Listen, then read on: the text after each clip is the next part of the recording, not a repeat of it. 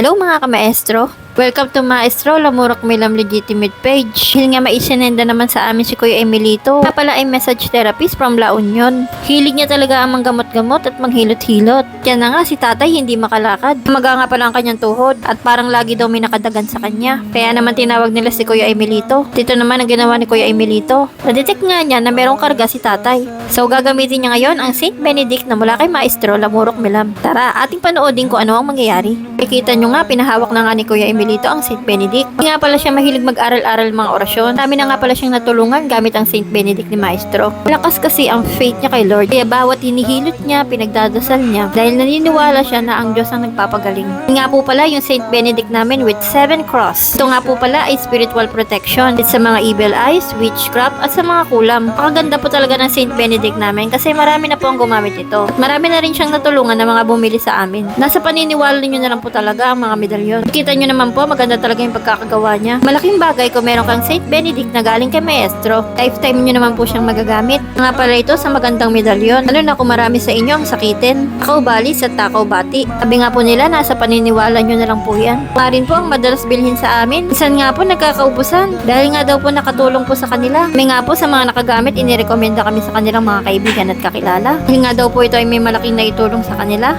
Pusin niyo po yung video para makita niyo kung anong nangyari kay tatay. Ito malamig na. Wala na yung init. Ngayon yung pakiramdaman nyo po. Gumano ba pakiramdam nyo po, sir?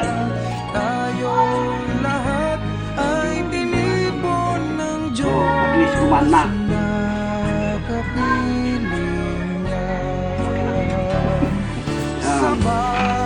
Medalyon Maestro Lamurok Milam. Umaga po yan. Ngayon, unti-unti na pong bumabalik o yung ugat lumabas na po. Ayan po yung bisa ng mga medalyon na gamit ko na galing kay Maestro Lamurok Milam. Ayan. Gumaan na po pakiramdam nyo, sir. Wala na po yung nakadagan. Nakadagan. Laging sa akin nakabuo ng tape. Parang Gusto niya ibagsak kayo. Yung mga ganun kasi may sumasabay. Sasabay nila sa sakit nyo. Sinasabayan yung sakit. Totoong sakit siya pero sinasabayan. Oo. Ayun po, si sir, okay na daw pakiramdam. for this po, binalikan ko po si tatay. Ito na po yung nangyari kay tatay. Tatay, binalikan ko. O, ayan na po, yung dati ito manas. O, tapos ito, lumiliit na rin. O, ayan, bumabalik na yung dati daw. O, tapos, sige nga tayo, bumangon kayo. O, Dati ayan. hindi ako nakakabangon. O, ayan po, sasabi. Pupunta ko sa CR, 2 tao bubot sa akin. Mabigat. Opo. Yan. Kaya ngayon, malaking pagbabago. Sige nga tayo, tumayo kayo para... Ito na po si tatay. Kaya ayan nga po, nakabangon na at pasigla na ulit si tatay. Ito na nga po at susubukan niya ulit maglakad. Subukan nga pala niya na walang alalay. Sabi niya noong nakaraan, di siya makatayo nang walang 2 alalay. Yan at nagsimula na siyang mag-walk.